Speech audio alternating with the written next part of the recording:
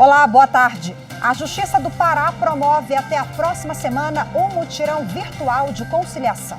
A meta é atender a mais de 500 ações previdenciárias no estado que tratam principalmente de aposentadorias rurais e salário maternidade. O mutirão de conciliação é o destaque do Jornal da Justiça de hoje e você vai ver também. Com autorização da Justiça, Ministério Público Federal do Distrito Federal cumpre mandados de busca e apreensão para apurar supostos pagamentos de propinas de empresas aéreas a parlamentares. Entre os alvos estão o ex-presidente da Câmara dos Deputados, Eduardo Cunha, e o ex-vice-governador do DF, Tadeu Filipelli. Tribunal Superior Eleitoral decide destrancar a ação penal eleitoral contra o ex-senador goiano Marconi Perillo.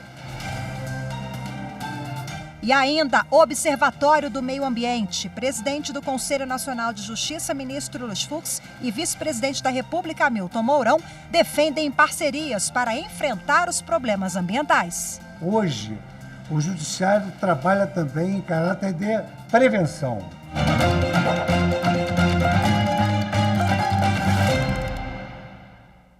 Com autorização da Justiça, o Grupo de Atuação Especial de Combate ao Crime Organizado do Ministério Público do Distrito Federal cumpriu hoje mandados de busca e apreensão contra um esquema de propina que tinha o objetivo de reduzir impostos de combustíveis de aviação na capital do país.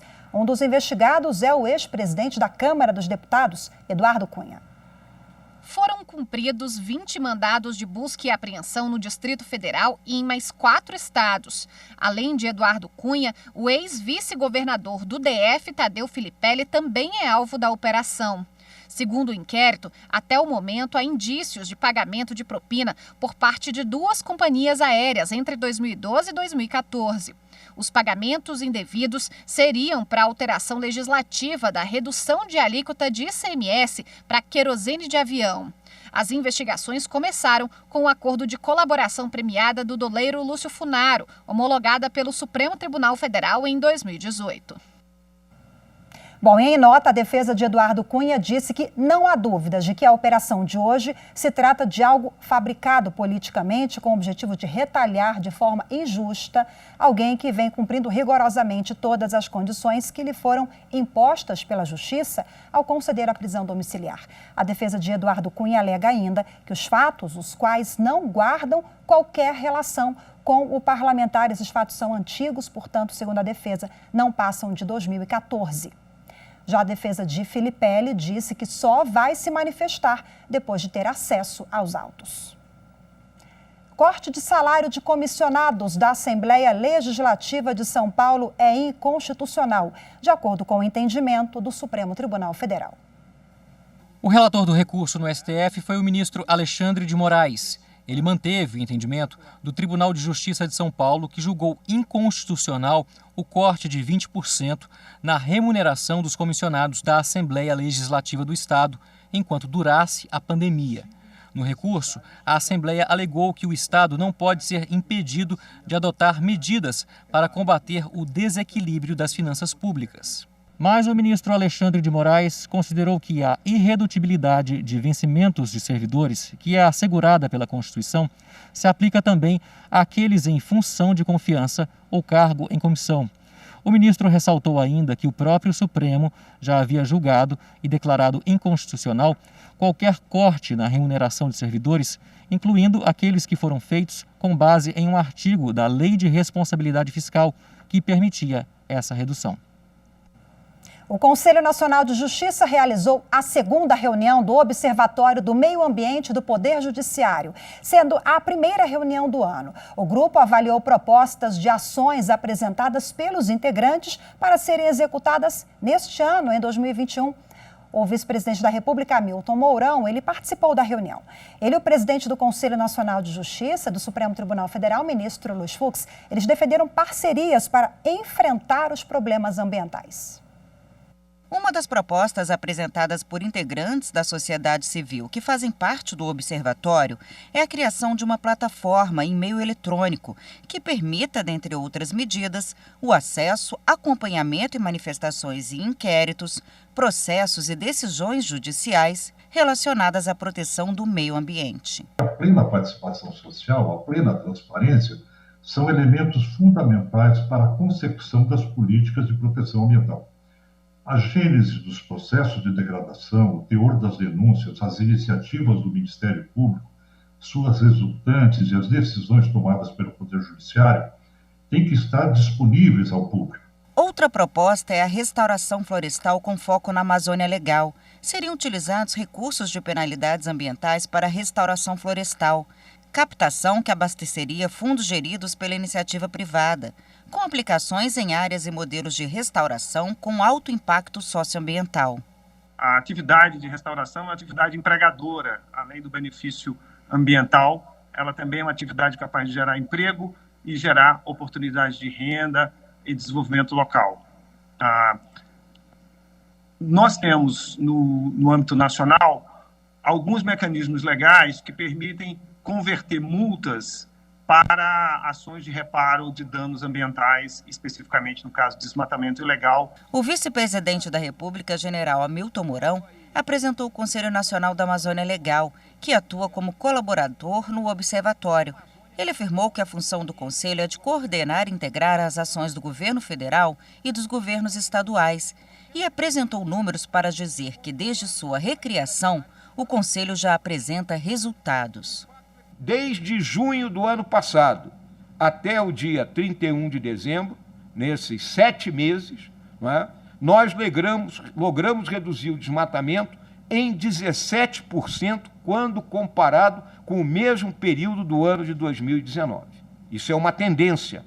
Tendência que se solidificou nesse mês de janeiro, que fechou aí no último domingo, nós ainda não temos o resultado final, mas os dados indicam que teremos uma redução de 70% quando comparado com janeiro de 2020. O vice-presidente disse ainda que tem retomado as reuniões com representantes da sociedade civil e com investidores internacionais e defendeu a adoção de um novo modelo de desenvolvimento para a Amazônia Legal. A Amazônia, eu acho que ninguém tem dúvida, precisa ser desenvolvida para aqueles que ali habitam tenham uma efetiva e sadia qualidade de vida. O presidente do Conselho Nacional de Justiça, ministro Luiz Fux, lembrou a importância de buscar o desenvolvimento sustentável e observou que, principalmente agora, quando o mundo busca a retomada da atividade econômica, a vigilância sobre as questões ambientais é ainda mais intensa. Vivemos um momento que temos de atender esses reclamos do mundo global. E é uma hora de uma travessia bem difícil. O mundo está passando por isso, mas nós temos que cuidar do que é nosso. E o meio ambiente do Brasil é de interesse transnacional. O vice-presidente da República e o presidente do CNJ defenderam a união entre todos os órgãos, instituições do Estado e instituições civis. Proposta que vai ao encontro dos objetivos do Observatório do Meio Ambiente. O presidente do CNJ, ministro Luiz Fux, destacou que essa integração já começou desde a primeira reunião do grupo, em novembro do ano passado, quando o observatório fechou uma parceria com o IBAMA, que vai fornecer informações técnicas para orientar o judiciário nas decisões. Fux ressaltou que, com as informações adequadas, o judiciário consegue realizar um trabalho ainda mais efetivo, inclusive de forma preventiva. Hoje, o judiciário trabalha também em caráter de prevenção. A cláusula constitucional do acesso ao judiciário, ela é explícita no sentido que nenhuma lesão ou ameaça de lesão, ou seja, há ilícito de lesão e há ilícito de perigo, também é o ilícito de perigo. E com base nessas informações, o judiciário tem condições de atuar através de uma, que se denomina tecnicamente, general, tutela de inibição. É não fazer, impõe um não fazer. Então, não espera que o cão morda. Um produtor rural que usou, sem ter conhecimento, algodão geneticamente modificado não autorizado à época do plantio, garantiu na justiça o cancelamento das multas que ele recebeu por causa do cultivo.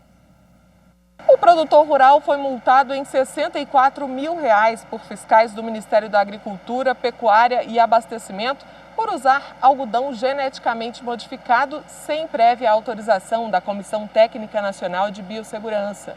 Mas o homem questionou a autuação e buscou a justiça. alegou que não tinha conhecimento de que as sementes estavam contaminadas, conforme demonstra a declaração do agrônomo responsável pelo plantio. Argumentou ainda que foram identificados pelos fiscais apenas pequenos percentuais de algodão modificado e não faria sentido alguém utilizar desta forma porque a vantagem da semente transgênica, que é a resistência ao glifosato, deixaria de existir. O Tribunal Regional Federal da Primeira Região acolheu os argumentos e cancelou as multas aplicadas. Os magistrados ressaltaram que o algodão transgênico, em meio aos outros, não traria qualquer benefício econômico ao produtor, já que seria nocivo às sementes comuns misturadas e ainda mais caro. Portanto, o mais provável é que tenha havido uma contaminação acidental. E no próximo bloco, mutirão virtual de conciliação no Pará. A meta é atender a mais de 500 ações previdenciárias. Os detalhes em instantes.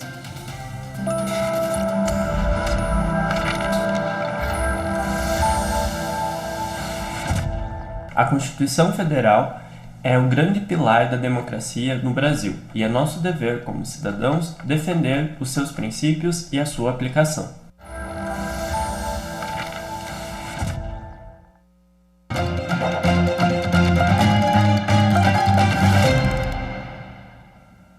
A Justiça do Pará está promovendo até a próxima semana um mutirão virtual de conciliação. A meta é atender a mais de 500 ações previdenciárias no estado. A cada 20 minutos, uma nova audiência virtual tem início. As salas online contam com o servidor conciliador, o advogado do autor da ação e um procurador federal. Fique à vontade para poder inquirir essa testemunha, tá bom? O mutirão, que vai até o dia 11 de fevereiro, analisa ações de natureza previdenciária que tramitam na 8ª, 11ª e 12ª Vara do Juizado Especial Federal Cível de Belém, no Pará. Além dos magistrados dessas 3 varas, 51 advogados e 5 servidores conciliadores vão concentrar esforços no primeiro mutirão virtual da capital paraense. A maior parte das ações diz respeito às aposentadorias rurais, seguido de salário maternidade, pensão por morte, auxílio-doença, pensão por morte rural, aposentadoria híbrida e por invalidez. Ao todo, 551 processos estão pautados para as audiências virtuais. Os multirões virtuais de conciliação vêm sendo incentivados pelo Conselho Nacional de Justiça, que inclusive publicou resoluções em 2010 e 2014 para orientar e apoiar os tribunais na adoção de medidas conciliatórias para evitar a judicialização dos processos. Para o CNJ, mediação e conciliação são instrumentos efetivos de pacificação e prevenção de litígios, que ajudam a reduzir o número de ações na justiça, recursos e execuções de sentença. Bom, e para detalhar o assunto, eu converso agora ao vivo com a juíza federal, doutora Karina Sena, que é coordenadora do Juizado Especial Federal no Pará. Muito obrigada pela sua participação, seja bem-vinda. Boa tarde para a senhora, doutora Karina. Boa tarde, é um enorme prazer estar aqui também com vocês, nesse mutirão de conciliação. Bom, terceiro dia do mutirão de conciliação no Pará. Resultados positivos, qual é a expectativa para os próximos dias? Sim, os resultados foram os melhores possíveis, né? Até agora temos um índice de acordo superior a 50% dos processos que foram pautados.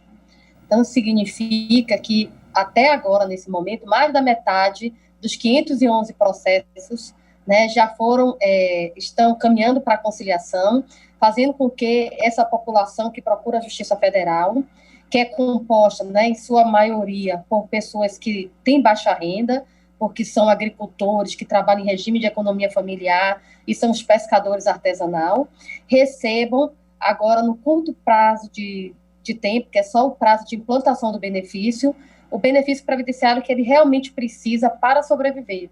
Então, nós estamos muito otimistas com esse mutirão. Essa é a maior clientela, digamos assim, entre aspas, da Justiça Federal do Estado, né? Porque 70% se refere a essas ações ligadas ao INSS.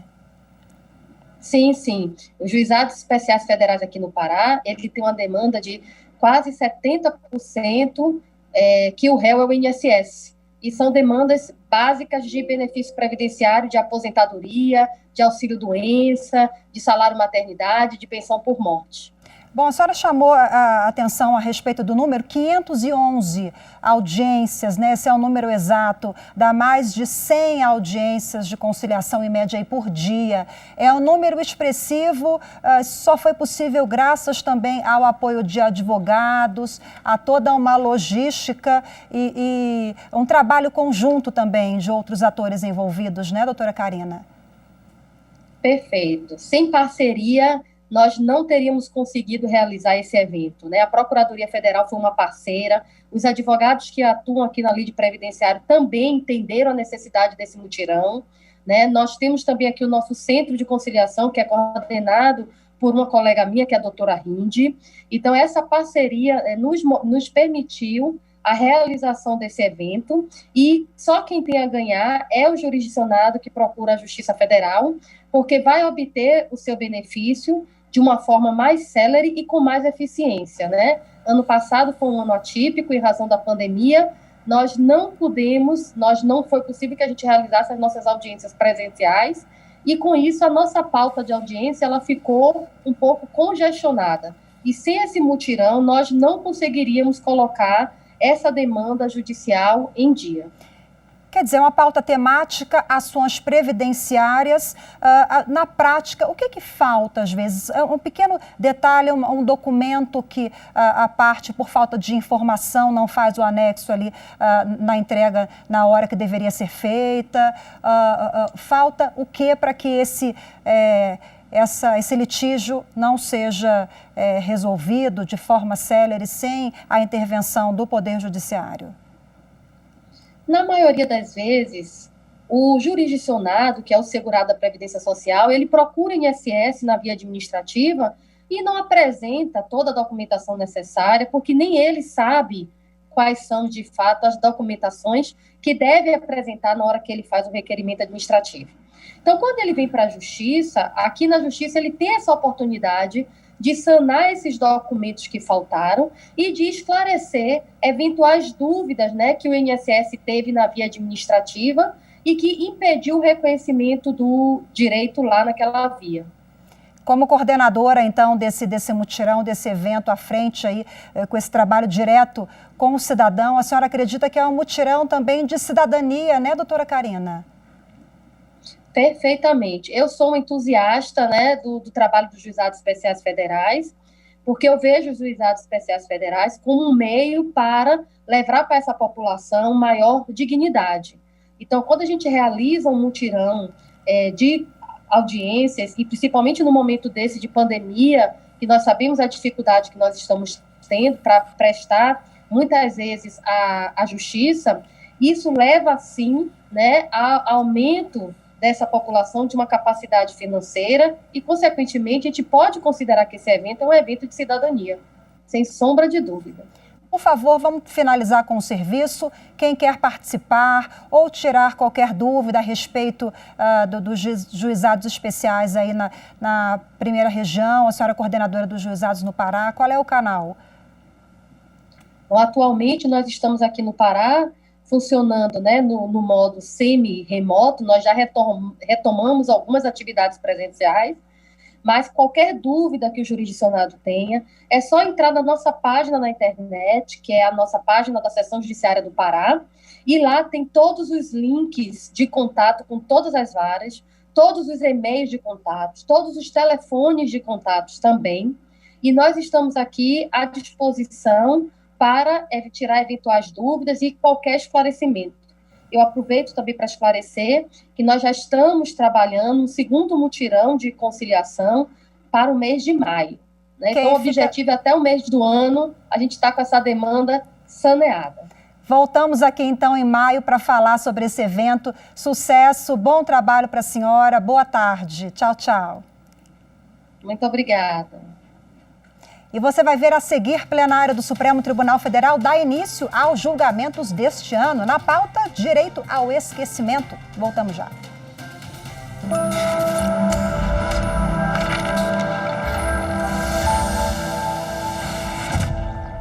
Seus princípios guardam os valores norteadores fundamentais da nossa ordem social e jurídica. O Supremo Tribunal Federal é o guardião da Constituição e assim deve zelar pela integridade desses princípios fundamentais. Podemos ver a Constituição como um grande contrato social, em que os princípios do Estado, da nação e os principais direitos e deveres são enunciados e preservados.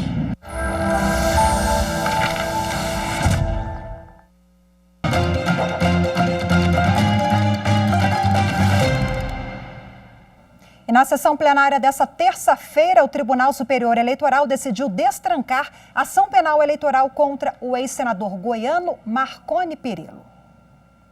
A ação penal eleitoral se refere ao pleito de 2006. O então governador de Goiás e candidato a senador da República, Marconi Perillo, foi denunciado pelos crimes de associação criminosa, fraude processual, falsidade ideológica e peculato.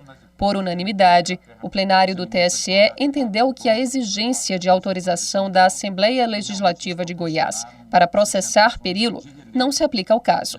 Agora, a ação penal poderá ser julgada pela Justiça Eleitoral em Goiás.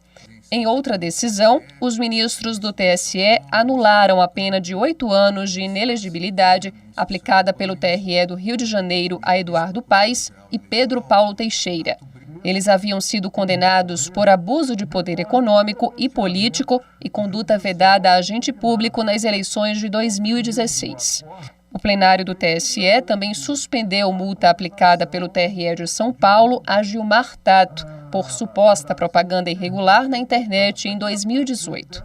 O candidato ao Senado foi acusado por uma adversária de utilizar ferramenta do Google para direcionar pesquisas feitas em nome dela para uma página que o beneficiava. No TSE, os ministros entenderam que esse tipo de impulsionamento não é irregular e afastaram a multa de R$10 mil definida pelo TRE de São Paulo. A utilização do nome do candidato adversário como palavra-chave para o fim de impulsionamento da propaganda eleitoral na modalidade de priorização paga de conteúdos em plataforma de busca de internet, os chamados links patrocinados, por si só não infringe o disposto no artigo 57 da Lei 9.504. Então, para não cansar os eminentes pares que conhecem o precedente específico da Casa, eu vou me ater, nessa perspectiva, a me alinhar aos votos que foram formadores da corrente majoritária naquele julgamento original, sem prejuízo de que em outras searas, né, inclusive indicadas da tribuna virtual, com o brilho próprio pelo Dr. Alexandre Rolo, sejam punidas rigorosamente estas e outras condutas similares. É como voto, presidente. E na primeira sessão plenária do ano, os ministros do Supremo Tribunal Federal discutem o direito ao esquecimento. O recurso extraordinário foi proposto por familiares da vítima de um crime de grande repercussão nos anos 1950 no Rio de Janeiro. Eles buscam reparação pela reconstituição do caso em um programa de televisão que foi usado sem autorização. O caso foi debatido em audiência pública convocada pelo relator, ministro Dias Toffoli, em junho de 2017. Segundo Toffoli, o tribunal vai ter de analisar duas situações. A primeira, a liberdade de expressão e o direito à informação. A segunda, a dignidade da pessoa humana, a inviolabilidade da imagem, da intimidade e da vida privada. No recurso apresentado ao Supremo Tribunal Federal, familiares da vítima alegam que o crime chegou a ser esquecido pela mídia, mas foi resgatado por um programa de televisão em 2004. Eles pedem indenização por danos morais e materiais com base no direito ao esquecimento. A Associação Brasileira de Rádio e Televisão, a ABERT, defende a importância da liberdade constitucional de expressão de imprensa e o direito à informação para a democracia brasileira. É sempre bom lembrar que o Brasil caminhou muito para alcançar o status atual de uma democracia respeitada internacionalmente, que, pelo menos no que se refere às liberdades comunicativas, tem no seu Supremo Tribunal Federal um verdadeiro guardião. Já os advogados da família argumentam que o direito ao esquecimento deve se sobrepor à liberdade de expressão, quando o caso não envolve fatos históricos e pessoas públicas. Compreendamos fatos históricos como aqueles que, de fato, são relevantes para a memória nacional. faço um parêntese rápido e sem nenhuma ironia. Aida Cury não é Getúlio Vargas. O julgamento teve repercussão geral reconhecida. É um caso que chega com uma causa concreta, mas ao se dar repercussão geral, as senhoras e os senhores sabem, isso passa a ser algo que terá, com a decisão do Supremo, uma dimensão geral para indicar a todo o judiciário qual é essa orientação sobre o aspecto constitucional. Bom, na pauta, o julgamento sobre o direito ao esquecimento, que você acompanhou na reportagem. Outros processos também você acompanha a sessão ao vivo aqui na tela da TV Justiça a partir das 2h da tarde. Muito obrigada pela sua companhia. Hoje ficamos por aqui. Acompanhe a nossa programação. Boa tarde, até amanhã. Tchau, tchau para você.